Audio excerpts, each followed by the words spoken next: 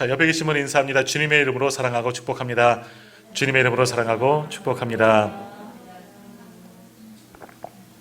다시 한번 지난주 수요일처럼 우리 장로님 때문에, 권사님 때문에, 집사님 때문에 힘이 납니다. 장로님 때문에 힘이 납니다. 권사님 때문에 힘이 납니다. 집사님 때문에 힘이 납니다. 우리 사모님 때문에 힘이 납니다. 네. 네. 네. 옆에 계신 분 때문에 힘이 나는 겁니다. 네. 빈자리 보면 힘이 없지만 그래도 내 옆에 누군가 계시기 때문에 힘이 나는 겁니다. 또 여기에 누가 같이 계시죠? 성령이 오늘 우리와 함께 하신 줄 믿습니다. 성령을 통해서 세임 얻고 또 말씀의 은혜 그리고 기도에 응답받는 귀한 밤 되기를 간절히 소망합니다. 할렐루야. 조금 이렇게 아멘 소리는 크게 하셔야 돼요. 사람이 적으니까 막 아멘 하면 저도 힘 빠져갖고 안 되니까 아멘 이렇게 막 그렇게. 자, 오늘 말씀은 이스라엘 백성들이 이제 출애굽 이후 이제 40년 이제 광야 생활을 다 마쳤죠. 그리고 가나안 땅에 들어가서 이제 여호수아, 그다음 이제 사사기잖아요. 여호수아 이제 성경 말씀에 보면 여호수아 시대 때 그 가나안 땅을 다 거의 다 정복합니다. 물론 다 정복하지 못하는 곳이 있어요. 하지만 대부분의 땅을 다 정복하고 이스라엘 백성들이 12지파가 다 땅을 분배받고 이제 모든 가나안 정착이 이제 완성된 그 이후의 기사가 이제 오늘 본문의 말씀이죠. 그래서 가나안 정착을 이끌어낸 지도자 여호수아가 살아있고 또 그와 함께한 장로들, 그러니까 지도자들입니다. 그 지도자들이 함께 생존해 있을 때 오늘 분명히 말씀에 기록되어져 있죠. 그들이 사는 날 동안에는 이스라엘 백성들이 하나님을 참 잘 섬겼어요. 그러니까 그들도 경험했잖아요. 40년 광야 생활, 아니 그 이전부터 애굽에 10가지 재앙을 내리고 놀라운 하나님의 이적으로 승리의 기쁨을 얻고 광야 40년도 참 기적 가운데 보내지 않았습니까? 그 하나님께서 가나안을 정복할 때 뭐 이스라엘이 사실은 전쟁에 능한 민족이 아니잖아요. 노예하던 사람들이잖아요. 출애굽 2세대는 그냥 광야에서 태어난 사람들입니다. 그 사람들이 뭐 군사 훈련을 제대로 받았겠습니까? 뭐 변면차는 무기가 있겠습니까? 그냥 인구만 많은 거죠. 60만 장정이 그것만 믿고 나아가는데, 근데 하나님이 함께 하시잖아요. 그래서 하나님의 은혜로 가나안 땅 정복 전쟁을 아주 잘 마치게 됩니다. 모든 가나안 족속들을 몰아내고 일본은 물론 남겨 있지만 그 땅을 차지하여서 평안한 은혜 가운데 거하게 됩니다. 그러니까 여호수아가 생존해 있고 함께 사역했던 장로들이 생존할 때는 이스라엘 백성들도 하나님의 은혜를 기억하고 또 그들을 통해서 그들의 지도자 또 장로들을 통해서 하나님이 하신 일들을 배우기 때문에 하나님이 맞아 우리를 이렇게 하셨지, 우리가 이 땅에 산 것도 하나님의 은혜이다, 또 하나님이 행하신 모든 큰 일을 다 보았기 때문에 그들이 하나님을 아주 잘 믿습니다. 7절에 그것을 말씀하고 있는데요. 자, 7절 말씀 한번 같이 읽도록 하겠습니다. 7절입니다. 백성이 여호수아가 사는 날 동안과 여호수아 뒤에 생존한 장로들 곧 여호와께서 이스라엘을 위하여 행하신 모든 큰 일을 본 자들이 사는 날 동안에 여호와를 섬겼더라. 아멘. 백성이, 여기서 이스라엘 백성들입니다. 이스라엘 백성들이 출애굽 과정, 가나안 정착의 모든 과정을 본 사람들, 경험한 사람들이 살아있는 동안에는 하나님을 잘 섬겼어요. 왜냐하면 그들을 통해서 본 사람은 확실하잖아요. 경험한 사람은 믿을 수가 있잖아요. 뭐 라떼는 그러지만 야, 옛날에 우리가 여기 살게 된 거 어떻게 된 건지 알아? 그들이 끊임없이 이야기하잖아요. 여리고성 무너지는 거 봤냐? 야, 나는 봤어. 야, 그때 내가 아무 생각 없이 그냥 하라는 대로 여리고성 그 큰 성인데 그 주위를 돌았는데 7째 날에 완전히 무너졌어. 너무 놀랍지 않니? 막 이렇게 막 증거하고 다니지 않겠습니까? 그러니까 여호와께서 행하신 큰 일을 본 자들이 사는 동안에는 이스라엘 백성들도 여호와 신앙, 하나님을 잘 섬겼습니다. 근데 그들이 생존하는 날 동안이라고 말씀하잖아요. 그러니까 생에 다하여서 죽음 이후에는 어떻게 되었느냐라는 겁니다. 10절 보면 참 난감한 말씀이 나오는 겁니다. 자, 10절 말씀 같이 읽겠습니다. 그 세대의 사람도 다 그 조상들에게로 돌아갔고 그 후에 일어난 다른 세대는 여호와를 알지 못하며 여호와께서 이스라엘을 위하여 행하신 일도 알지 못하였더라. 이러니까 아멘을 할 수가 없는 거예요. 참 바로 조상들 여호수아와 함께 사역했던 장로들, 그리고 예전에 하나님께서 행하신 큰 일을 목격한 사람들이 이제 다 죽었어요. 그러자 그 다음 세대가 어떻게 되었느냐? 바로 돌아서는 겁니다. 이들이 하나님을 몰랐을까요? 알지요. 부모 세대, 할아버지 세대, 그 조상들로부터 분명히 들었을 겁니다. 그런데 뭐라고 이야기합니까?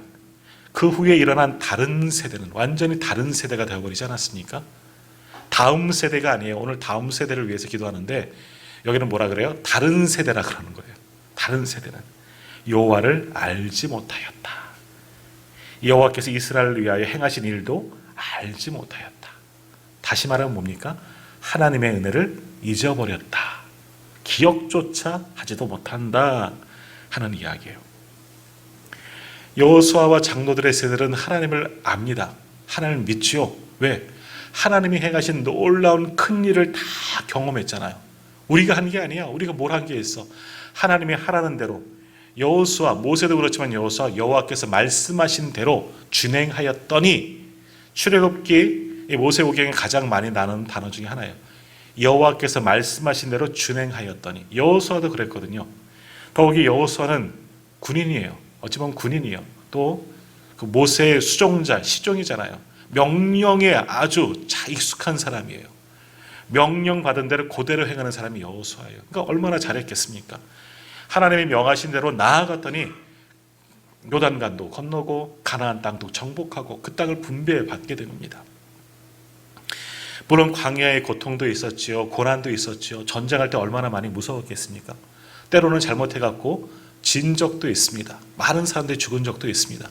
그러나 아무튼 그런 40여 년 동안, 그 이상은 가나안 땅을 정복하는 모든 기간 동안 하나님이 행하신 큰 일을 보았기에 하나님만 바라보고 하나님 믿는 여호와 신앙을 확고히 가지고 있었어요. 그런데 여호수아와 그와 함께한 장로들과 그 세대가 다 죽자 다른 세대가 나온 겁니다. 자, 여기서 말씀하는 다른 세대는 다른 민족이 아닙니다. 누구예요? 이스라엘 민족이에요. 근데 성경은 뭐라 그러느냐? 다른 세대, 다른 세대라고 이야기하잖아요.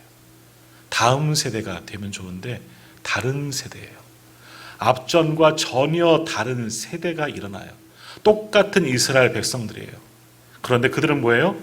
여호와를 알지 못하는 세대가 되어버리고 말았다. 그러기에 다른 세대라고 이야기하는 겁니다. 다시 말하면 뭡니까? 이제 이스라엘 백성들 가운데 영적인 암흑기가 시작되었다라는 겁니다. 그게 언제까지냐? 왕정기까지, 왕정이 시작될 때까지 영적인 암흑기. 그래서 사사기에서 가장 많이 나오는, 사사기를 표현하는 말 중에 뭐가 있느냐? 자기 소견에 옳은 대로 살아왔다. 왜 그러죠? 여호와를 알지 못하니까, 하나님을 온전히 의지하지 못하니까. 모세를 통해서 준 율법도 있지만 그것을 따르지 아니하고 누구의 소견에 옳은 대로? 내 소견에, 내 마음대로 살아가는, 내가 복음을 믿는 거예요.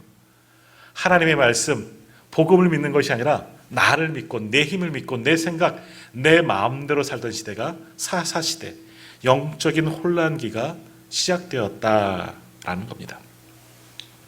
자, 이렇게 여호수아 이후에 태어난 다른 세대, 그들은 하나님의 말, 하나님을 알려고도 하지 않습니다. 하나님이 하신 일을 배우려고도 하지 않습니다.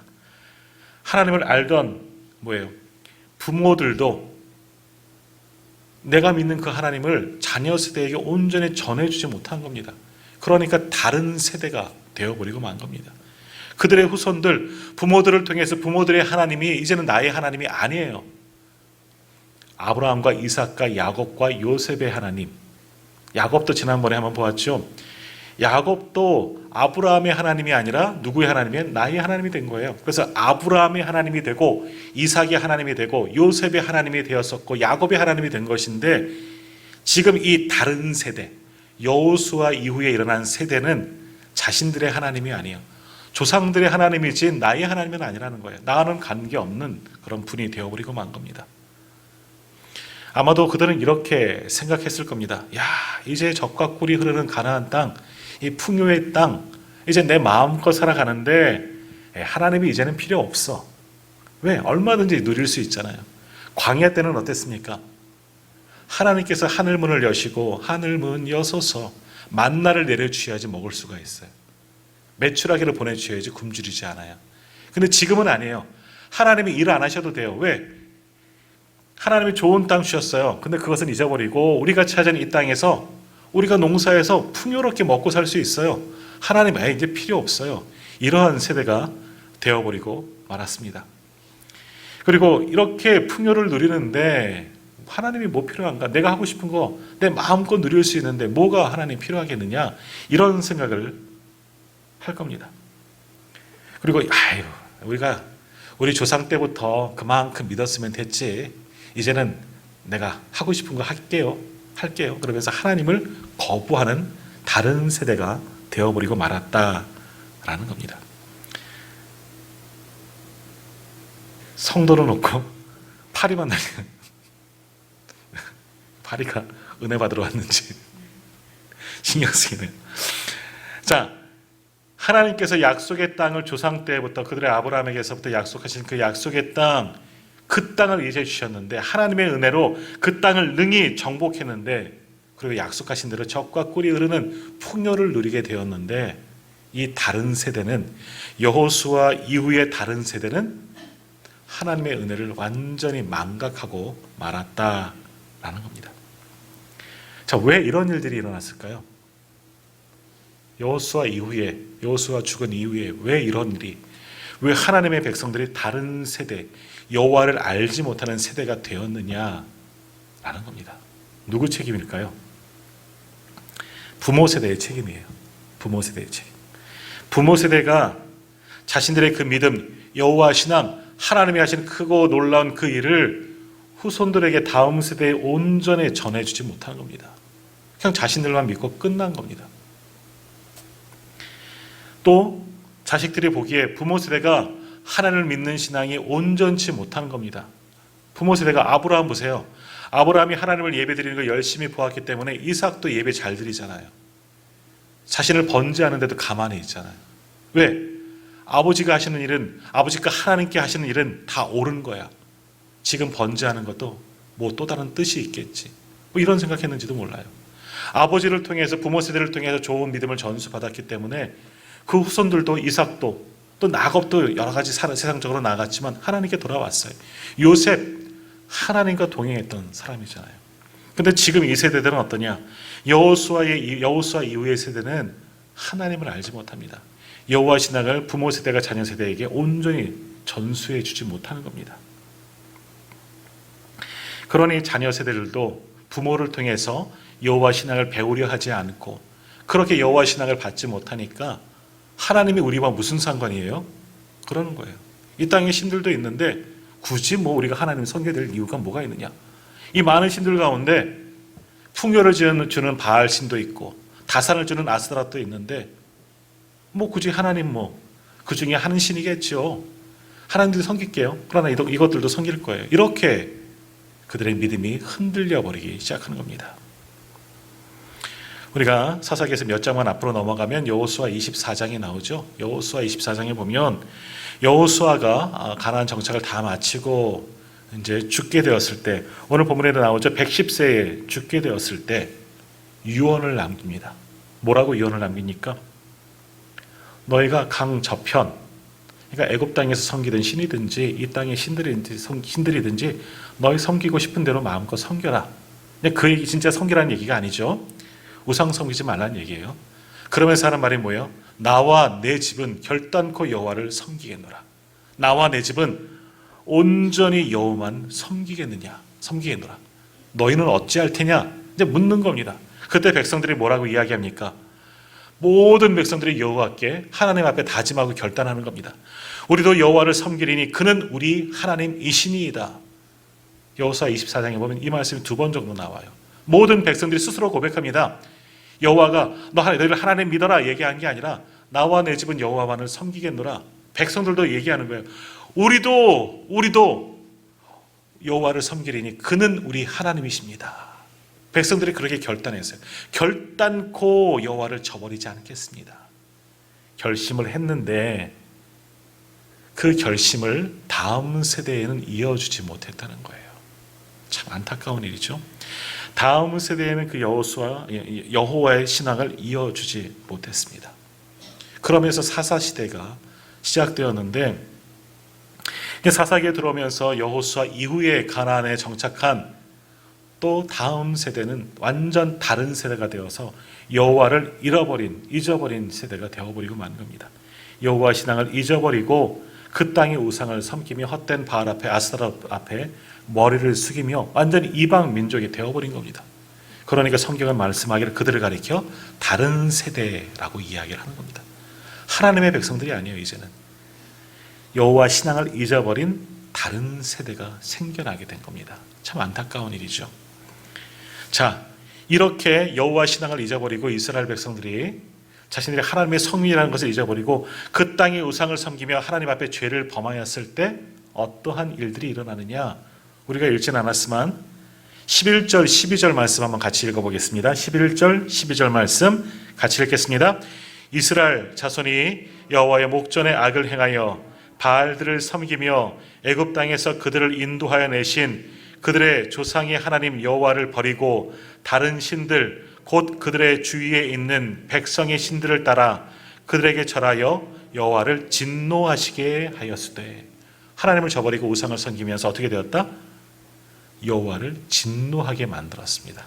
하나님 앞에 죄를 저질러서 하나님의 진노를 이끌어내게 되었다는 겁니다. 자, 15절 보십시오. 15절도 한번 같이 읽겠습니다.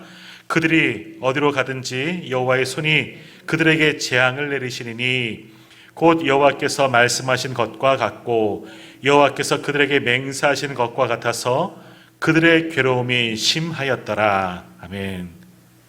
신명기 28장에서 너희 하나님 여호와를 기억하여 잘 섬기면 너희가 어디로 가든지 복을 줄 거야. 가정에서도 밖에서도 들에서도 시내에서도 너희 가정에 있는 그릇들도 너희 소생에 있는 짐승 새끼들도 다 복을 받아. 복복복 이야기예요. 조건이 뭐예요? 하나님 잘 섬기면.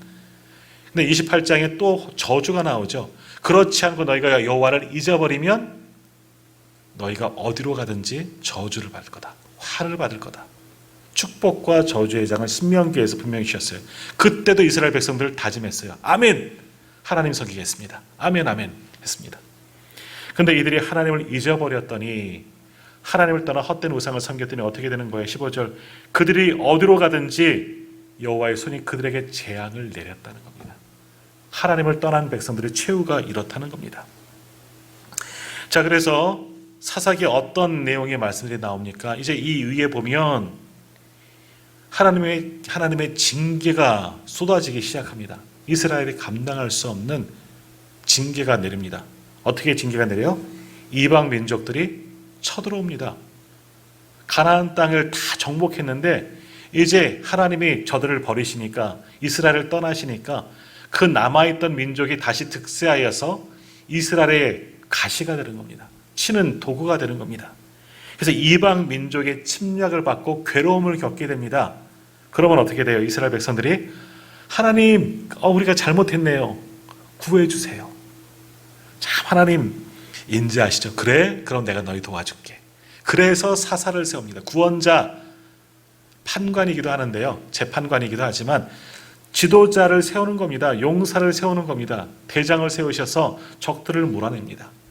하나님 감사합니다. 우리를 구원해 주셔서 눈물 콧물 다 쏟고 또 예배하죠. 근데 또 잊어버려요. 또 죄를 저지르고 또 이 땅의 백성들, 이 땅의 신들 섬기며 또 이방 민족 쳐들어오고 또 그제서야 회개하고 또 하나님 구원하고 또 타락하고, 이 사이클이 반복되는 겁니다. 사사기 내내 그래요.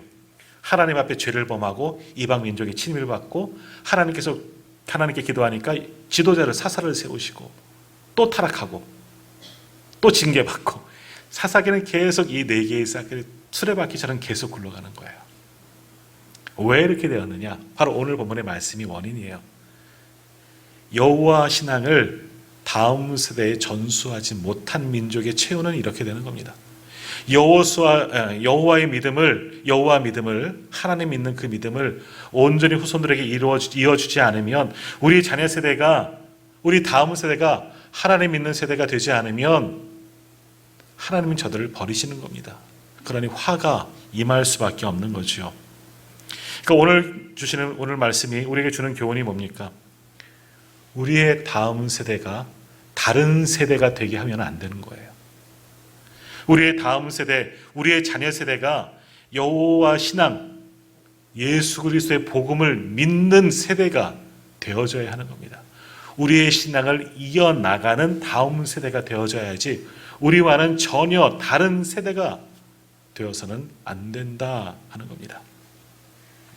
자, 오늘 새벽에도 이제 묵상하면서 말씀을 드렸지만 링컨, 미국에서 가장 존경받는 대통령 중에 한 분인 이 에브라임 링컨, 백악관을 기도처로 만든 링컨이라는 책도 있잖아요. 링컨을 위대한 대통령으로 또한 위대한 하나님의 사람으로 만든 원인이 어디에 있나? 어머니예요. 어머니가 일찍 돌아가시면서 링컨 대통령이 10살 되었을 때 어머니의 그 낡은 성경책을 물려줬어요. 그 물려주면서 이 말씀을 깊게 넓게 읽거라. 이 말씀이 내 길을 열어줄 거다. 다른 것에서 형통한 것, 다른 것에서 뭘 찾지 말고 하나님의 말씀에서 찾아라. 말씀을 깊이 넓게 여러 번 읽어라. 이 말씀대로 살아가라고 이 성경은 물려줬어요. 믿음을 이어준 거죠. 그러니까 링컨이 정말 링컨 대통령이 된 겁니다. 위대한 믿음의 사람, 하나님의 일꾼, 정말 미국의 존경받는 지도자가 된 것이죠.